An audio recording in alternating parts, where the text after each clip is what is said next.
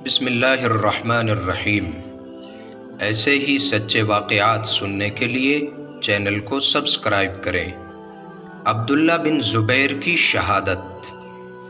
پیارے دوستوں، حضرت عبداللہ بن زبیر بن عوام کے بیٹے تھے۔ آپ کی والدہ حضرت اسماء رضی اللہ عنہا حضرت ابو بکر صدیق رضی اللہ عنہ کی بڑی بیٹی اور حضرت عائشہ رضی اللہ عنہا کی سگی بہن تھی۔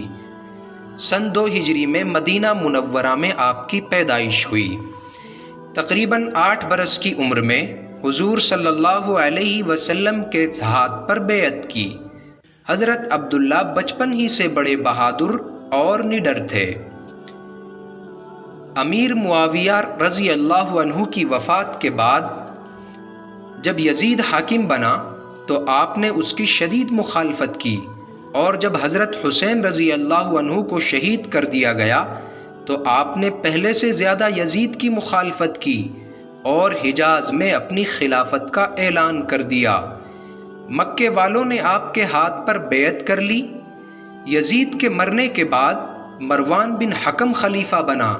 اس نے عبداللہ بن زبیر کے خاتمے کے لیے حجاج بن یوسف کو کمانڈر بنا کر فوج روانہ کی۔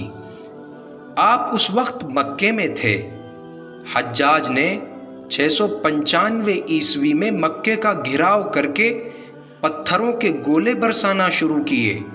ان گولوں کی وجہ سے عمارتیں گر گئیں، یہاں تک کہ خانہ کعبہ کو بھی اس سے نقصان پہنچا۔ تقریباً 7 مہینے تک یہ گھیراؤ جاری رہا، جس کی وجہ سے مکے والوں کو بہت سی مشکلوں کا سامنا کرنا پڑا۔ گھیراؤ اس قدر سخت تھا کہ کوئی چیز باہر سے اندر نہیں جا سکتی تھی، یہاں تک کہ کھانے پینے کا سامان ختم ہو گیا، اور بہت سے لوگوں نے عبداللہ بن زبیر کا ساتھ چھوڑ دیا اور حجاج کے پاس جا کر پناہ لے لی۔ عبداللہ بن زبیر کے 2 بیٹے بھی حجاج کی امان میں چلے گئے۔ ایسے مایوسی کے حالات میں بھی عبداللہ بن زبیر ایک قدم بھی پیچھے نہیں ہٹے۔ آپ اپنی والدہ کے پاس آئے، جو اس وقت بڑھاپے کی وجہ سے اندھی ہو چکی تھیں۔ آپ نے اپنی والدہ سے عرض کیا، لوگ انہیں چھوڑ کر جا چکے ہیں، یہاں تک کہ ان کی سگی اولاد بھی اس نازک وقت میں انہیں چھوڑ کر جا چکی ہے، اور بہت تھوڑے سے لوگ ان کے ساتھ بچے ہیں، جن کے لیے اب زیادہ دیر صبر کرنا ممکن نہیں ہے۔ دوسری جانب حجاج کے لوگ مجھے دنیا کا لالچ دے کر جنگ بند کرنے کو کہہ رہے ہیں۔ اماں جان، آپ کی اس بارے میں کیا رائے ہے؟ کوئی اور ماں ہوتی تو بیٹے کو جان بچانے کا مشورہ دیتی، لیکن اس بوڑھی ماں کی ایمانی طاقت کو سلام کہیے کہ انہوں نے اپنے بیٹے سے یوں کہا، بیٹے، تم اپنے بارے میں زیادہ جانتے ہو۔ اگر تمہیں یقین ہے کہ تم حق پر ہو اور حقیقی دعوت دینے آئے ہو تو اپنی اس بات پر جمے رہو جس پر تمہارے ساتھیوں نے شہادت کا جام پیا ہے، اور تم اپنے آپ کو حجاج کی امان میں دے کر خود کو بنی امیہ کے بچوں کے ہاتھ کا کھلونا مت بناؤ۔ اور اگر تم یہ جانتے ہو کہ تم نے صرف دنیا کے لیے یہ سب کچھ محنت کی ہے تو تم سے برا آدمی کوئی نہیں۔ تم نہ صرف اپنے آپ کو ہلاکت میں ڈالا بلکہ اپنے ساتھیوں کو بھی ہلاک کر ڈالا۔ بہرحال اگر تم حق پر ہو تو ڈرنے کی کیا بات ہے؟ تمہیں دنیا میں رہنا ہی کتنے دن ہے؟ تمہارے لیے شہید ہو جانا ہی بہتر ہے۔ بوڑھی ماں کی یہ بات سن کر عبداللہ بن زبیر کو اتنی خوشی ہوئی کہ بڑھ کر والدہ کی پیشانی چوم لی اور فرمایا، اماں جان، خدا کی قسم یہی میری بھی رائے ہے۔ میں نہ دنیا کی طرف مائل ہوں، نہ مجھے دنیا کی زندگی پسند ہے۔ میں نے تو صرف اللہ کے حکموں کو باقی رکھنے کے لیے مقابلے کا ارادہ کیا تھا، اور میں آپ کے پاس صرف آپ کی رائے جاننے آیا تھا، آپ نے میری ہمت اور بڑھا دی۔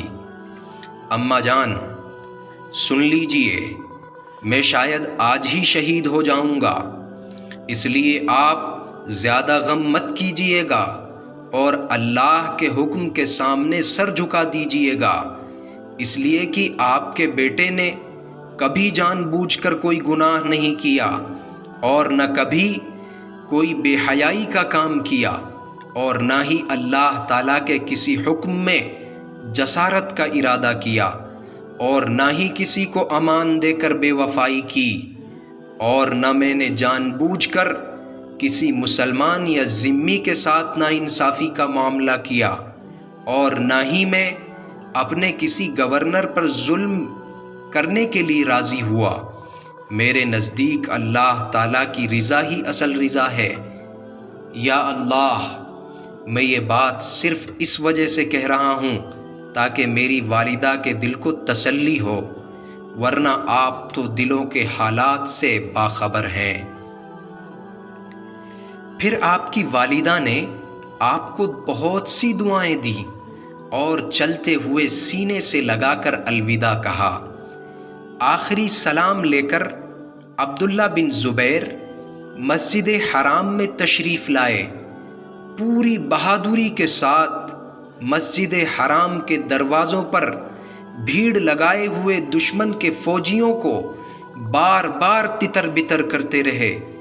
حجاج کی طرف سے لگائی گئی توپوں کے گولے برابر آپ کے ارد گرد گرتے رہے، لیکن آپ نے اپنے ساتھیوں کو لے کر پوری طاقت کے ساتھ ڈٹے رہے۔ سن 13 ہجری کے چوتھے مہینے کی 17 تاریخ کی پوری رات آپ نے نماز میں گزار دی، پھر کچھ دیر آرام کر کے فجر کے لیے بیدار ہوئے۔ فجر کی نماز میں سورہ نون کی تلاوت فرمائی اور آخری مقابلے کے لیے نکل پڑے۔ اس زور سے گھیراؤ کرنے والوں پر حملہ کیا کہ مکہ میں حجون نامی جگہ تک ان کو واپس لوٹنے پر مجبور کر دیا۔ آپ پوری بہادری سے لڑ رہے تھے کہ اسی دوران ایک اینٹ آپ کے چہرے پر آ کر لگی، جس سے پورا چہرہ خون میں تر ہو گیا اور آپ زمین پر گر پڑے۔ یہ دیکھ کر حجاج کے فوجی جلدی سے آپ کی طرف لپکے اور آپ کو شہید کر دیا۔ انا للہ و انا الیہ راجعون۔ شہادت کے بعد حجاج بن یوسف نے آپ کا سر کاٹ کر عبد الملک بن مروان کے پاس دارالخلافہ دمشق روانہ کر دیا اور باقی بدن حجون میں سولی پر لٹکا دیا۔ حضرت اسماء رضی اللہ تعالی عنہا اپنے بیٹے کی لاش کو دیکھنے آئی اور سولی پر لٹکی ہوئی لاش کو دیکھ کر کہا، شہسوار ابھی تک اپنی سواری سے نہیں اترا۔ کافی دیر تک بیٹے کے لیے دعائیں کرتی رہیں، مگر آنکھوں سے ایک قطرہ بھی آنسو کا نہ نکلا۔ مسلم شریف کی روایت میں ہے کہ حجاج بن یوسف نے حضرت اسماء کو اپنے دربار میں بلانے کی بہت کوشش کی، مگر آپ نے صاف منع کر دیا۔ پھر مجبور ہو کر حجاج خود ہی آپ کے پاس آیا اور کہنے لگا، دیکھا میں نے اللہ کے دشمن کے ساتھ کیا معاملہ کیا۔ حضرت اسماء نے پوری حاضر دماغی سے جواب دیا، میرا خیال ہے کہ تو نے اگرچہ میرے بیٹے کی دنیا خراب کر دی، مگر اس نے تو تیری آخرت تباہ و برباد کر دی ہے۔ پھر فرمایا کہ میں نے حضور صلی اللہ علیہ وسلم سے سنا ہے کہ بنو ثقیف کے خاندان میں 2 شخص پیدا ہوں گے، ان میں سے ایک بہت بڑا جھوٹا ہوگا اور دوسرا شخص خوریزی کرنے والا ہوگا۔ جھوٹے کو تو ہم نے دیکھ لیا اور خوریزی کرنے والا میرے خیال میں تو ہی ہے۔ حضرت اسماء کی بات سن کر حجاج سے کچھ جواب نہ بن پڑا اور واپس لوٹ آیا۔